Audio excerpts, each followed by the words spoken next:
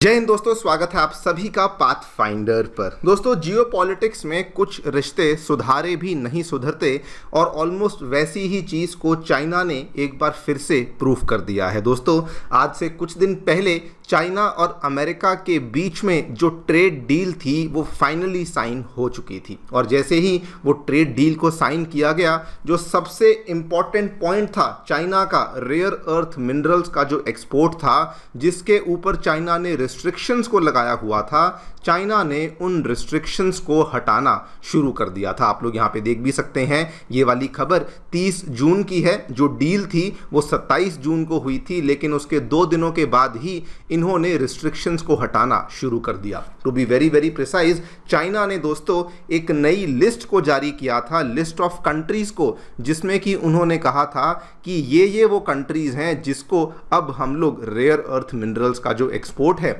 वो करना शुरू करने वाले हैं। लेकिन in a very very surprising move for India, जब चाइना ने वो वाली लिस्ट को निकाला तो उसमें उसने वेस्टर्न कंट्रीज का नाम तो लिखा, लेकिन उस लिस्ट में इंडिया का नाम चाइना के द्वारा मेंशन ही नहीं किया गया। आप लोग यहाँ पे देख भी सकते हैं, ये फाइनेंशियल एक्सप्रेस की न्यूज़ है। China approves bare minimum flow of rare earth materials, और उसी लिस्ट में उन्होंने इंडिया को प्रायोरिटी पे रखा ही नहीं। यहाँ पर भी देख सकते हैं, ये खबर वैसे पहले वेस्टर्न मीडिया के द्वारा कवर करी गई थी, China's rare earths are flowing again but not freely. And जब उस न्यूज़ की तह तक जाया गया तो पता चला कि असल में इंडिया को इसमें प्रायोरिटी मिली भी नहीं है, और ये बहुत ही अनफॉर्चुनेट बन जाता है पर्टिकुलरली फॉर इंडिया, बिकॉज जब चाइना ने सबसे पहली बार इन रेयर अर्थ मिनरल्स के ऊपर रिस्ट्रिक्शंस को लगाना शुरू किया था तो इंडिया के द्वारा ऐसा कुछ भी नहीं किया गया था कि रिस्ट्रिक्शंस को लगाया जाए।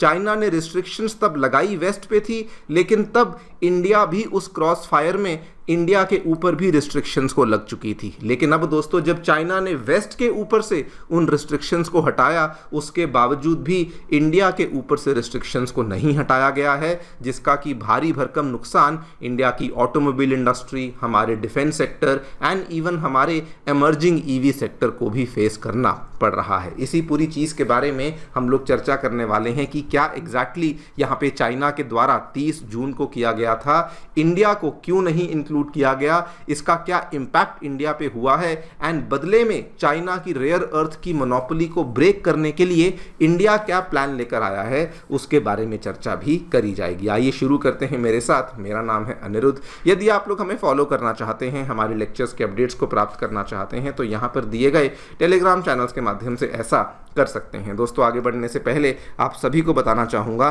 कि आपकी यूपीएससी परीक्षा की तैयारी को आसान एंड अफोर्डेबल बनाने के लिए अनअकैडमी ने सभी यूपीएससी से संबंधित रिसोर्सेज को निःशुल्क अवेलेबल करवा दिया है। फिर भले वो मंथली करंट अफेयर्स की मैगजीन्स हों, प्रीवियस ईयर के क्वेश्चंस हों, एनसीईआरटी नोट्स की समरीज हों, या फिर प्रीलिम्स के फ्री मॉक टेस्ट हों, इन सभी चीज़ों के जो लिंक्स हैं ये नीचे डिस्क्रिप्शन बॉक्स में दिए गए हैं। कोई भी आपको डाउट है, किसी भी प्रकार की आपको क्वेरी है, तो आप लोग सीधा स्क्रीन पे दिए गए इन फ़ोन नंबर्स पे फ़ोन कर सकते हैं, और हमारी जो डेडिकेटेड काउंसलिंग टीम है वो भी दोस्तों आपको असिस्टेंस प्रोवाइड करवा देगी। All right, directly coming to the news, क्या देखने मिला है दोस्तों। 30 जून, आज से 2 दिन पहले, western media Reuters media outlet के द्वारा रिपोर्ट किया गया था कि चाइना ने, जो कि बहुत ज़्यादा भारी भरकम rare earth minerals specially magnets के ऊपर जो एक्सपोर्ट रिस्ट्रिक्शंस को लगाया था, वो उसके द्वारा अब धीरे धीरे रिस्ट्रिक्शंस को हटाया जा रहा है। इनफैक्ट इस रिपोर्ट ने जो वर्ड यहां पे यूज किया, उसने वर्ड यूज किया कि बेयर मिनिमम जो यहां पर रिस्ट्रिक्शंस को ईज आउट किया गया है वो केवल बेयर मिनिमम लेवल पर ही किया गया है। और उन्होंने ये भी बताया कि ये इन्होंने जो रिस्ट्रिक्शंस को ईज आउट किया है केवल यूरोप और अमेरिका के ऊपर फोकस करते हुए किया है, लेकिन जो इंडिया की तरफ जाने वाली शिपमेंट्स थी, या तो वो डीले हो चुकी हैं या उनको डी प्रायोरिटाइज कर दिया गया है। एंड जो भी लिस्ट चाइना ने यहाँ पे निकाली थी, जो भी लिस्ट उन्होंने लॉन्च करी थी, उस लिस्ट में इंडिया के नाम को मेंशन किया ही नहीं किया गया है। बिफोर वी टॉक अबाउट कि इसका पूरा बैकग्राउंड क्या है, इंडिया ने बदले में क्या जवाब दिया है, उसके पहले मैं आपको इस चीज़ का इम्पैक्ट बता दूं दोस्तों, इस चीज़ का इम्पैक्ट केवल भारत पर नहीं बल्कि जब चाइना ने इस पर्टिकुलर एक्सपोर्ट को करना बंद किया था, इस चीज़ का इम्पैक्ट हमें एशिया में, यूरोप में एंड अमेरिका तक भी देखने को मिला था। फॉर एग्जाम्पल अगर मैं अमेरिका की बात बताऊं तो जानी मानी कंपनी फोर्ड ने तो ये तक घोषित कर दिया था कि कई सारी फैक्ट्रीज को शट डाउन करना पड़ा था बिकॉज रेयर अर्थ मिनरल्स की शॉर्टेज देखनी पड़ी थी। सिमिलर इम्पैक्ट हमें जर्मनी की फोक्सवैगन में भी देखने को मिला था। इवन जानी मानी कंपनी स्टेलांटिस, वहां से भी हमें सिमिलर प्रॉब्लम्स देखने को मिली थी। एंड आपको यह भी बता दूं कि जब पहली बार चाइना ने इन रिस्ट्रिक्शंस को लगाना शुरू किया था, चाइना इन रिस्ट्रिक्शंस को तो लगा रहा था वेस्ट के खिलाफ बिकॉज डोनाल्ड ट्रंप ने नए नए टैरिफ्स को अनाउंस किया था, लेकिन उस टाइम पर इंडिया की कोई गलती नहीं थी। जब चाइना वेस्ट के खिलाफ रिस्ट्रिक्शंस को लगा रहा था, इंडिया बेकार में क्रॉस फायर में आया एंड चाइना ने इंडिया के ऊपर भी रिस्ट्रिक्शंस को लगाना शुरू कर दिया था। और इंडिया के लिए ये बहुत ही बड़ा झटका बन चुका था बिकॉज अगर मैं पिछले वित्तीय वर्ष की बात करूं, इंडिया ने लगभग 700 टन के आसपास रेयर अर्थ मैग्नेट्स को इंपोर्ट किया था एंड अभी भी इंडिया के पास सफिशिएंट डोमेस्टिक कैपेसिटीज़ नहीं है और इसीलिए हम लोग इस चीज़ में इंपोर्ट पे ही निर्भर रहते हैं। अगर मैं स्पेसिफिक कंपनीज की भी बात करूं, मारुति, टाटा, यहाँ तक कि 2 व्हीलर बनाने वाली कंपनी बजाज, उन्होंने ये तक घोषित कर दिया था कि अगर जल्दी ही चाइना से हमें रेयर अर्थ मेटल्स आना शुरू नहीं हुए तो हमें भी मजबूरन अपनी कुछ फैक्ट्रियों के ऊपर ताले लगाने पड़ सकते हैं। ये आप देखिए पिछले महीने की खबर 11 जून की, इंडिया के ऑटोमोटिव रिप्रेजेंटेटिव्स सरकार के पास जाके पहुंचे। इन्होंने आग्रह किया कि प्लीज़ डिप्लोमेटिक लेवल्स पे चाइना के साथ बातचीत करी जाए और जो भी प्रॉब्लम्स हैं उनको सॉल्व किया जाए। जस्ट मेक श्योर कीजिए कि जो रेयर अर्थ मिनरल्स हैं वो इंडिया तक पहुंच जाने चाहिए। लेकिन अनफॉर्चुनेटली पिछले महीने कुछ नहीं हुआ एंड अब दोस्तों जब चाइना ने वेस्ट के ऊपर तो रिस्ट्रिक्शंस को हटा दिया, लेकिन अभी भी उन्होंने इंडिया के ऊपर रिस्ट्रिक्शंस को नहीं हटाया है। जो समीकरण वेस्ट और चाइना के बीच में देखने को मिला है, इससे एक चीज़ बिल्कुल क्लियर हो जाती है कि अभी भी दोस्तों चाइना की ही मोनोपोली रेयर अर्थ मेटल्स के ऊपर देखने को मिलती है। और ये चीज़ जो डोनाल्ड ट्रंप कह रहे थे कि हम चाइना के ऊपर 2 गुना, 4 गुना, 5 गुना टैरिफ लगाएंगे, वो कोई भी चीज़ यहाँ पे काम नहीं करी है बिकॉज फैक्ट्स इतनी जल्दी नहीं बदलते। चाइना दोस्तों दुनिया का 70% के आसपास का वर्ल्ड का रेयर अर्थ मेटल्स हैं जिसको कि माइनिंग करता है।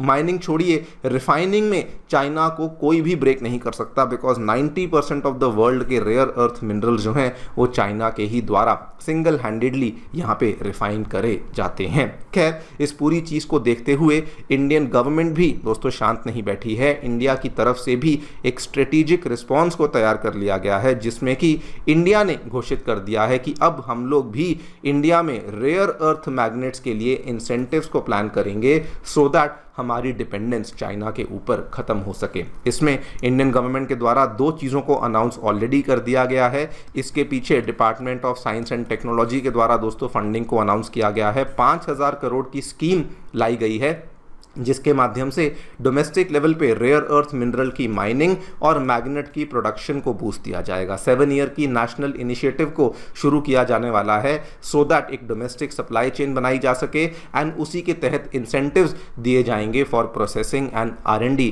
In this particular sector. बल्कि एक इंसेंटिव है जो कि ऑलरेडी रोल आउट कर दिया गया है। हैदराबाद बेस्ड कंपनी है Midwest advanced materials private limited, जो दोस्तों हैदराबाद से अब इंडिया में नियोडाइमियम मैग्नेट्स को बनाने का प्रोसेस शुरू करेगी एंड इस चीज़ को भी सरकार की जानी मानी company IREL Indian Rare Earth Limited के द्वारा इसको बैकिंग मिली है एंड इंसेंटिव्स भी इसको हमारी DST के द्वारा दे दिया गया है। लेकिन ओवरऑल इंडिया ने काम तो करना शुरू कर दिया है दोस्तों, लेकिन वे अहेड इंडिया के लिए ये होना चाहिए कि हमारे पास रिजर्व बहुत सारे हैं, हमें उन रिजर्व्स को एक्सप्लॉइट करना शुरू करना चाहिए। माइनिंग के साथ साथ रिफाइनिंग कैपेबिलिटीज को डेवलप करना शुरू करना चाहिए एंड हमें स्टॉक पाइल्स बनानी चाहिए। जैसे हमें ऑयल के भंडार हमने बना रखे हैं वैसे ही स्टॉक पाइल्स बनाने की आवश्यकता है बिकॉज चाइना किसी भी टाइम पे फिर से रेयर अर्थ के रिस्ट्रिक्शंस फिर से यहाँ पे लाना शुरू कर सकता है। और ये जो प्रोसेस है जैसे सेमीकंडक्टर इंडस्ट्री में होता है, धीरे धीरे चलता है, एक दिन में देखने को नहीं मिलेगा। जैसे वहाँ पर हम लोग कोशिशें कर रहे हैं वैसे ही यहाँ पर भी सरकार को वैसी ही कोशिशें करनी पड़ेंगी। बाय द वे आपको बता दूं कि इंडिया अब जापान को जो रेयर अर्थ मिनरल्स एक्सपोर्ट किया करता था वो दोस्तों हमने बंद कर दिए हैं, बिकॉज हमें वहाँ पर भी समझ आ चुका है कि हमें पहले हमारे डोमेस्टिक इंडस्ट्री को मजबूत करने की आवश्यकता है, एक्सपोर्ट्स वगैरह बाद में भी किए जा सकते हैं। खैर देखते हैं आगे चलकर क्या होता है, चाइना क्या प्रक्रिया करता है विद रिस्पेक्ट टू इंडिया। आप लोग जो भी सोचते हैं हमें बताएं कमेंट सेक्शन में। Thank you so much for listening, stay tuned and